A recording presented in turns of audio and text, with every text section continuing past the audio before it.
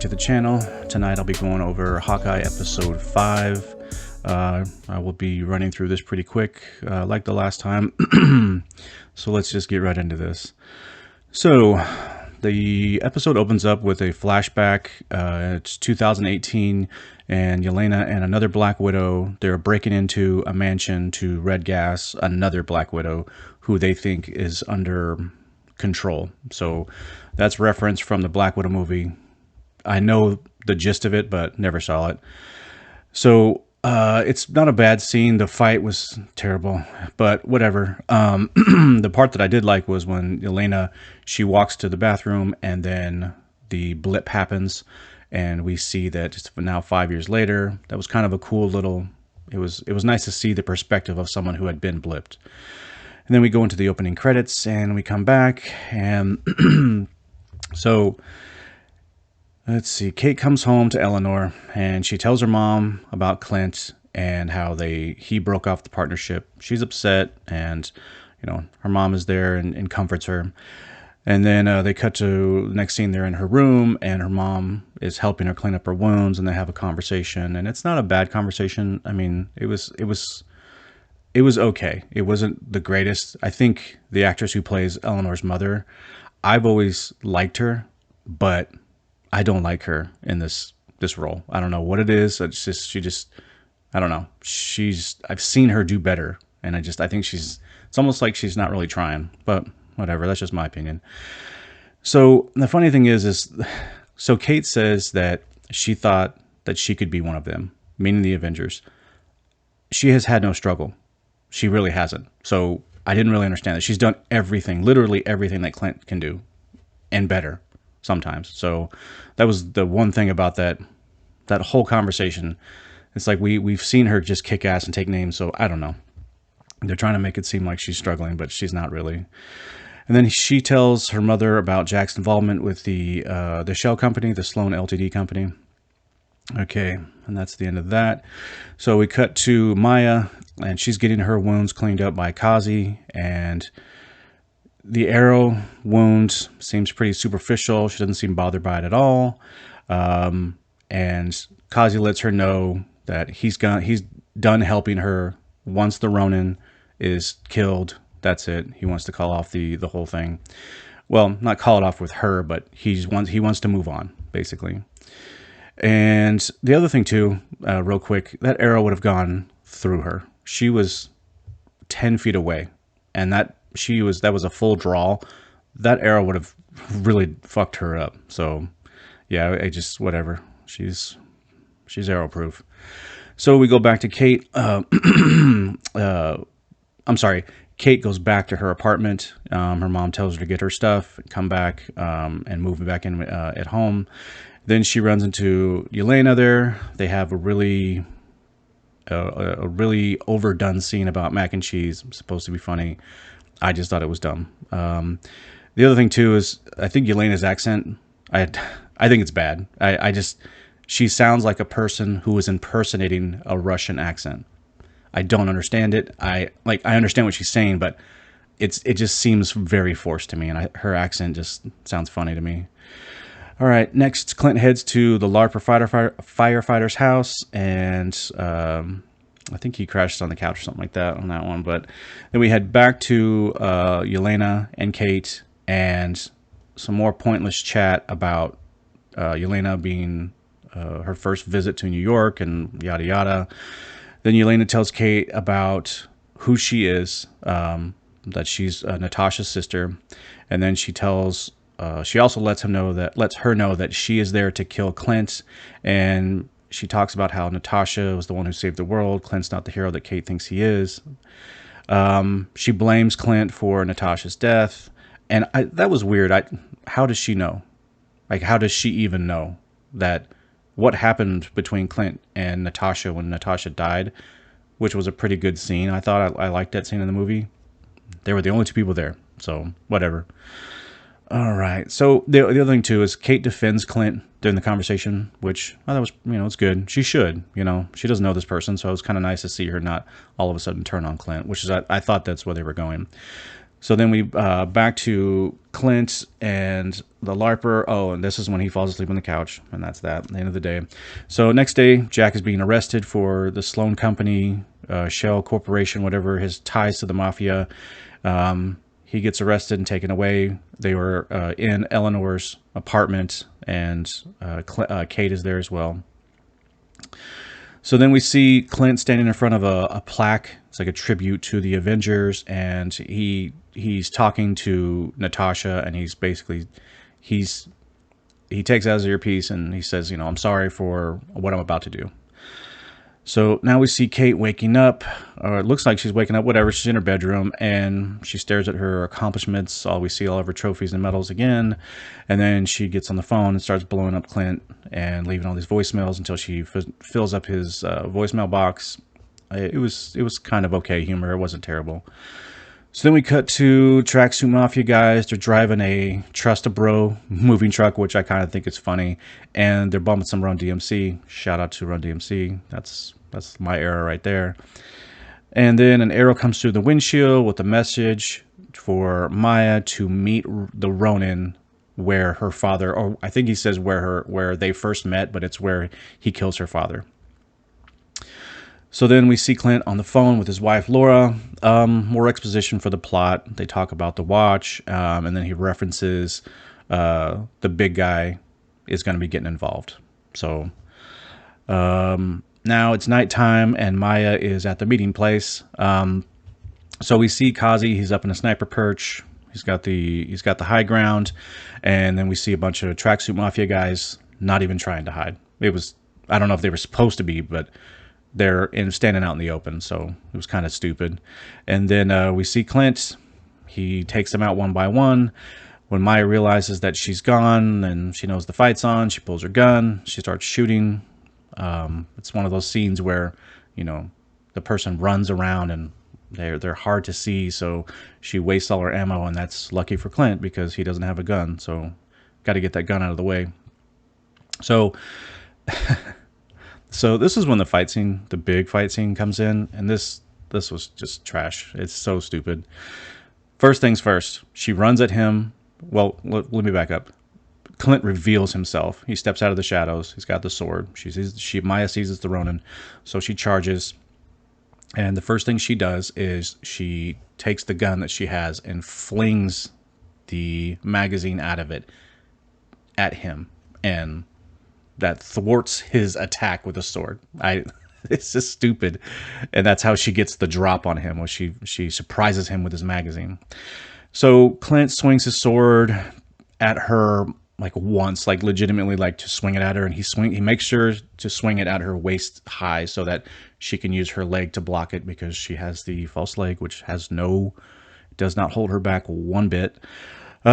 She gets the sword from him, of course, and of course she gets a hit on him, so she slices him up, and I think she clips him in the arm or something like that. Then he disarms her.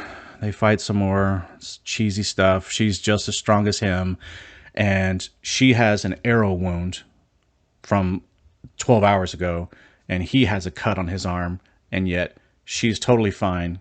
They're grappling with each other. She grabs his arm, and where the sword got him, and that's his weak spot. But yet she has no problem with that arrow going into her. Should have went through her. All right, so so he finally gets her down, and he reveals his face to her. He's got the sword at her. They have a little conversation. They're having a chat in sign language, and he's revealing some information to her regarding the night he killed her father, and how there was an informant that was hired by her boss. So a little bit of a reveal there. And then of course, she gets the drop on him, disarms him, knocks him down, and has him dead to rights. Like, he's a dead man. This is over. And Kate comes through and fires that arrow out of nowhere, knocks the sword out of Maya's hand.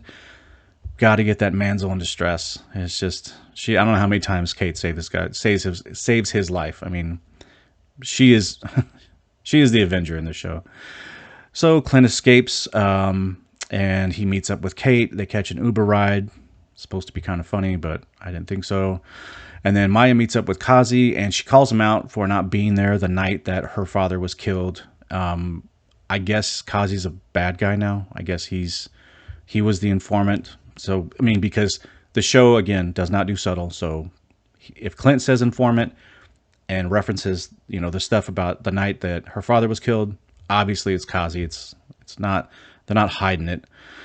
So then back to Kate and Clint in the Uber, and she tells him about Elena, the night that she was at the apartment, and reveals a little bit of information. And then out of nowhere, they get out of the Uber, and it's daytime. So longest Uber ride ever, because it was in the middle of the night when they got into the car. All right, so then we cut to a quick scene of Elena. She's following Eleanor into a building. Then we cut back to the LARPer guy's apartment, and Kate gets a text from Elena, and Elena tells her that she was following. I'm sorry, she knows who hired her for the job to kill Clint, and it's Kate's mother. No big shocker there. We kind of saw this was coming, right? All right, so then, oh, that's right. She says this all in a text, and then she tells Clint, and she shows a photo of Eleanor talking to this really big bald guy, and Clint says, that's the guy I was worried about getting involved, and reveals that it's Kingpin. So that was the big hoopla. Roll credits. That was the end of the episode. So to me, this episode was mediocre like the rest, so it's doing exactly what it's supposed to do, I guess. It had a couple of cool moments here and there. Like I thought the scene with Kate and her mother, it was a decent scene. It's the most that we've seen them act like, I don't know. For some reason, just Eleanor and Kate, they just don't really have that mother-daughter chemistry. Like it just, I don't know. And I just think the actress who's playing Elena's mother, whom I actually like, I don't think she's doing a good job. I really don't. So the other scene that I liked and I mentioned before that I liked was when Elena gets blipped and we see how it happens. I thought that was a nice little touch. I appreciated that scene. So the decent reveals, I mean, that's all they were. They were just decent little reveals, and they didn't land with me. If I were a comic book fan, maybe these reveals would be a very big deal to me, and I would be hyped and excited to see that, Kingpin is there now, and he's now in, I don't know. I mean, he's in the MCU, but the only show that I've seen him in, or movie, was the show Daredevil from Netflix. And I saw season 1. I fell off season 2. It kind of got a little boring early on, and then we had other shows to watch. So Norman, wife, and that one just kind of got bumped off the schedule. But it wasn't terrible. But season 1 I thought was great. And what's his name? His last name's D'Onofrio, the guy who played Kingpin. He did a great job, man. I don't know, and actually, I wonder. The picture was kind of fuzzy, but I wonder if they're actually going to bring him back as Kingpin. That would be kind of interesting because he's a good actor. The other thing too is, so this Maya thing, they're sort of pushing her into this sort of sympathetic character now, where we're supposed to sympathize with her and feel bad for her. I don't get it. Like she is like a lieutenant of the Tracksuit Mafia. It's a mafia. It's a gang. It's not like a Glee dance club. I mean, so they're up to no good. So I don't know. I just, all of a sudden I feel like they're pushing it towards, and even the way Clint was speaking to her, like, helping her out. I don't know. Whatever. And the other thing too that just bugs the shit out of me is she has no disadvantages being one-legged and deaf. Zero. She has kicked Clint's ass multiple times, and Clint has had to be saved by Kate when he's fighting her. He runs from her, and it's just it's so funny because when it was first revealed, when we see her as a little girl, that she has one leg, I really did. I was like, oh, that's okay. I'm human. I was like, oh man, poor girl. And I thought, wow, this will be kind of cool, where we're gonna see her struggle and, see her kind of become something, a badass, something, some sort of, some sort of force that can go up against Clint. And no, she's just like Kate. She's great at everything. Everything she does the first time, she's awesome. And she beats the shit out of Clint every time they fight each other. It's just, and she has her leg. I'm sorry, but my heart goes out to anybody who has lost a limb. If you don't have a leg or an arm or a finger or a hand or something, anything like that, my heart goes out to that. I mean, it could happen to anybody, and I'm glad and I feel blessed that it hasn't happened to me, and I don't have to deal with that. Because it is a hurdle to overcome. Not Maya. I mean, I swear. So there used to be a joke from like way back in the day. You're as useless as a one-legged man in an ass-kicking contest. There's a reason that's funny. It's because it's true. Because you can't have just one leg. And I mean, it looks like the whole leg is metal.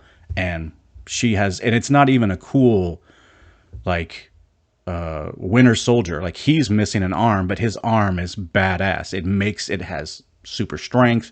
He's got the super soldier serum, so it works. It fits.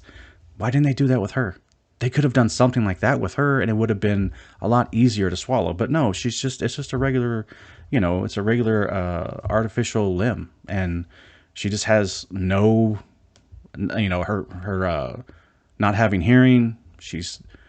I don't know. It's like, how do you not have hearing and then you duck and dodge every single like attack she can thwart? And it's like, she only has her eyes. She only has so much vision, but man, she's just awesome. So I don't know, that really bothers me. And the other thing too, about this episode, so I think Yelena is kind of cool. I think she's kind of funny, and I like her lighthearted personality. I like what she brings to the screen. However, her impression, or her impersonation of being Russian, like, her accent is bad. She sounds like someone who's doing an impersonation of someone who's Russian. They have the accent, and she really forces that accent, That is me faking an accent, and that's what I hear when she does it. It just does not work, and I don't know. It bothers me. It's a way overdone accent. So, anyways, the other thing too, and I've said this before, but this is a Hawkeye show, and Kate gets to shoot all of the cool arrows most of the time. He's shot a couple. She has saved him over and over, and I just feel like they have done Hawkeye dirty. They really have. He is playing second fiddle to basically every character in the show. He's been bested by every single opponent except the Tracksuit Mafia. Is it coincidence that everyone that he loses to or is equal to, without question, when it comes to hand-to-hand combat, fire and arrows or whatever, they're all female? And the only people that he bests, with ease is the men, the Tracksuit Mafia guys. Coincidence? I don't think so. I mean, and it just sucks. It would be such a better show if they just adhered to a few rules that you and I live by on a day-to-day basis. But I don't know. And again, it's a superhero show. I get it. Maybe I'm supposed to just turn my brain off, but I don't know. Just can't do it. So anyways, I'm going to wrap it up there. I've said what I needed to say. Hope you enjoyed the video. If you did, and you think someone else might like it, share it with a friend. And also, we're right around Christmas. Tomorrow's Christmas Eve. That's when I'm shooting this video. So, Merry Christmas to you and to your family. I hope you have a great holiday. And be safe. And if I don't shoot another video before New Year's, have a happy and safe New Year's too. Back to the channel. If you liked the content and you want to see some more, click the subscribe button, click the notification bell. Other than that, I'm going to call it. You have a great night. I'll talk to you later. Bye.